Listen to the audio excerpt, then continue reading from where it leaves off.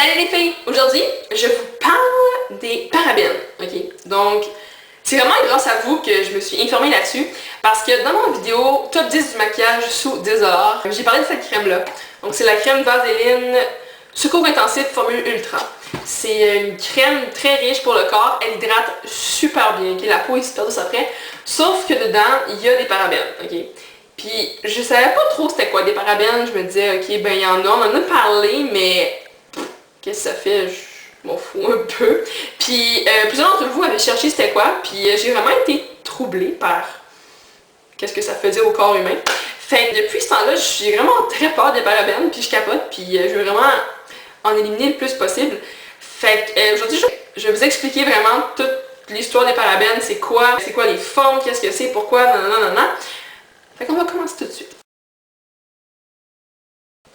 Les parabènes, c'est quoi? Donc, pourquoi il y en a dans autant de produits de beauté? C'est que c'est une substance chimique qui est antibactérienne, dans le fond, donc ça empêche les bactéries de trop se multiplier. Fait que c'est pour ça qu'il y en a dans les produits de beauté, dans les médicaments, même dans quelques aliments, c'est troublant. Mais il y en a aussi des formes plus naturelles, comme dans la fraise, naturellement, il y a des parabènes. Mais en tout cas, donc c'est vraiment pour ça.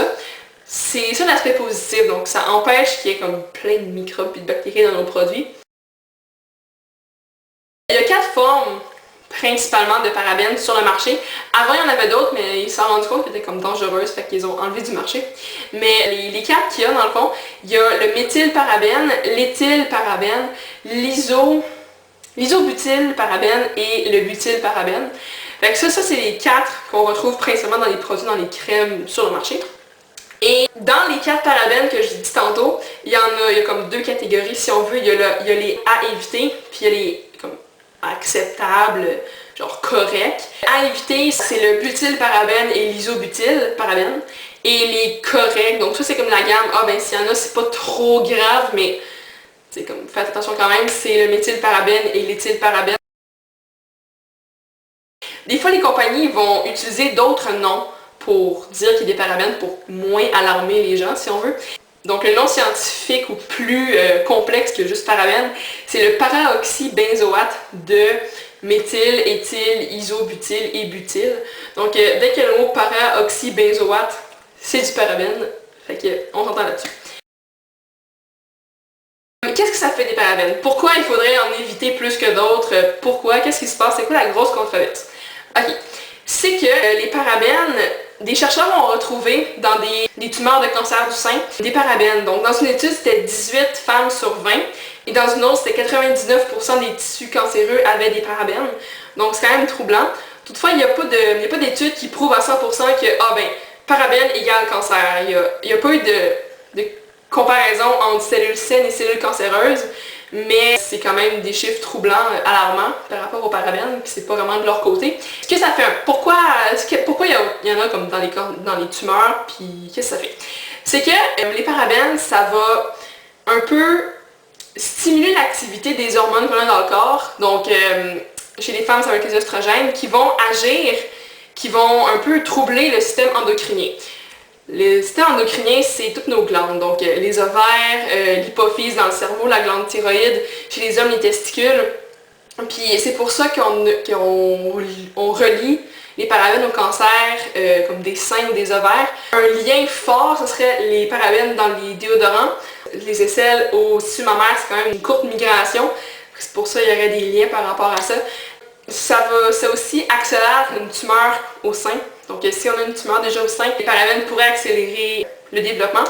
Aussi, ça diminue les taux de fertilité. Si on est une femme enceinte, il y aurait des liens entre les parabènes et les anomalies chez les nouveau-nés. Donc il y a vraiment plein de choses par rapport aux glandes, aux ovaires, aux ovules, aux testicules, aux seins. C'est vraiment un peu alarmant. Fait que c'est ça que ça fait, les parabènes au corps humain. C'est pas super. Fait cocasse, mais en fait c'est pas cocasse, c'est plus ironique. Des chercheurs, je pense coréens, ont découvert qu'il y avait un lien entre le méthylparabène et le vieillissement de la peau quand il est exposé au soleil. Okay? Puis la dose, c'est celle qu'ils mettent dans les produits pour le corps et ils en mettent des fois dans les crèmes solaires. En fait, très souvent dans les crèmes solaires. Et c'est très ironique parce que les crèmes solaires, on les met pour vraiment protéger la peau, pour empêcher qu'on brûle, qu'on ait des rides prématurées. Puis à savoir qu'ils mettent ça dans les crèmes solaires, c'est comme, mais pourquoi tu fais ça? Donc, dans la Ultra Sheer Neutrogena, il n'y a pas de méthylparabène, mais il y en a plusieurs. Il y a du butylparabène, de l'isobutylparabène et de l'isopropylparabène. Donc moi je l'utilise plus vraiment parce que j'ai comme un peu peur. Ça existe des crèmes solaires sans parabène, là, il faut pas capoter, mais c'est pas dans les gammes moins chères comme Banana Boat, choses comme ça. Il y a Neutrogena pour les bébés. D'habitude les lotions pour enfants sont moins chimiques parce que c'est un bébé, c'est cute, on veut le protéger, fait que ça. Mais moi j'en ai comme deux. Ironique, c'est quand même drôle. Lui, il y a des parabènes, mais dans la version aérosol, il n'y a pas de parabènes. Pourquoi, je sais pas trop, là, mais en tout cas. La Antélios de La Roche-Posay n'a pas de parabènes, super. Et la Vichy Mexoril non plus. Fait que ça, c'est toujours bien. Puis il y a aussi les écrans minéraux, c'est du titanium et du zinc qui protègent la peau. Sauf que moi, j'ai celle de Neutrogena, non, de Aveeno. Oups. Et c'est écran solaire minéral FPS 30. Puis je l'aime vraiment, mais vraiment pas, okay? Parce que ça laisse un... C'est très bizarre comme texture, ça reste longtemps sur les mains. Ça laisse un fini vraiment blanc, on voit quasiment les minéraux sur la peau, ça s'estompe vraiment mal. Moi, je veux pas la racheter, je vais quasiment la retourner parce que je l'haïs vraiment beaucoup. Mais si vous avez une peau sensible qui réagit très mal aux autres crèmes solaires, peut-être que ça va faire l'affaire, mais moi je l'aime vraiment pas. Pour remplacer ma crème Vaseline, parce que tu sais, je me disais que je vais la finir, puis quand je vais l'avoir finie, je vais acheter une autre. Mais je capotais tellement que j'ai dû en racheter une autre tout de suite. Ah, je perds des cheveux. J'ai dû en racheter une autre tout de suite parce que j'avais comme vraiment peur. Fait que c'est la gamme, la compagnie Live Clean. Donc ça va ça. C'est vraiment des produits qui sont naturels. Ils sont ici, ça dit. 98% d'ingrédients végétaux, sans phtalates et sans parabènes. Les phtalates, j'ai aucune idée qu'est-ce que ça fait. Je sais pas si je suis prête à savoir qu'est-ce que ça fait. C'est avec vitamine A et E. Puis c'est une lotion pour le corps sans parfum, c'est pour repos sensible. Mais c'est vraiment, ça hydrate vraiment bien, ça fait la même job que celle-là. Puis ça coûte pas si cher, tu sais, ça. Je pense qu'elle m'a coûté comme 3,50$, je veux dire, c'est pas cher pour ça. Puis la gamme Live Clean a plein d'autres produits, des shampoings, des après-shampoings, des masques. Ils ont des beurres corporels, des sels de bain, ils ont vraiment plein de choses. Sans aucun produit chimique dangereux. Fait que c'est vraiment bien.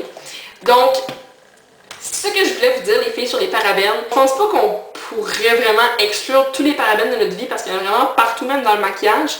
Mais je trouve que c'est bien d'acheter une crème pour le corps sans parabènes vu qu'on l'applique vraiment sur tout notre corps. Puis des produits qui sont faits pour être absorbés par notre corps, je trouve que ça fait un petit peu... c'est un peu plus dangereux. Mais juste faire attention, tu sais. Pour savoir s'il y en a, il faut vraiment lire les ingrédients. Oui, c'est plat, des fois on a l'air bizarre. Tu sais, moi je suis au Walmart puis je lis... j'ai la crème, là, tu sais, je lis pas juste devant, je lis en arrière aussi. Mais, tu sais, il faut se renseigner, il faut savoir qu'est-ce qu'on met sur nous. Parce que oui, on a le côté hydratant, mais il faut aussi savoir qu'est-ce que ça fait après dans notre corps avec nos organes, avec nos glandes, qu'est-ce qui se passe. Fait que le gros message, c'est informez-vous dans le fond, puis constatez par vous-même. Fait que c'est ça, je vais vous dire les filles. Fait que, une vidéo un peu plus sérieuse, mais c'est bien de s'informer. Fait que c'est ça les filles. Donc, si vous avez des questions, je vais faire de mon mieux pour répondre à vos questions sur les parabènes. Je suis pas une scientifique. Je me suis renseignée, je fais des recherches, alors... en tout cas, c'est ça. Fait que, bon magasinage, peut-être sans parabènes. Puis, c'est ça. Fait que ouais, bye les filles.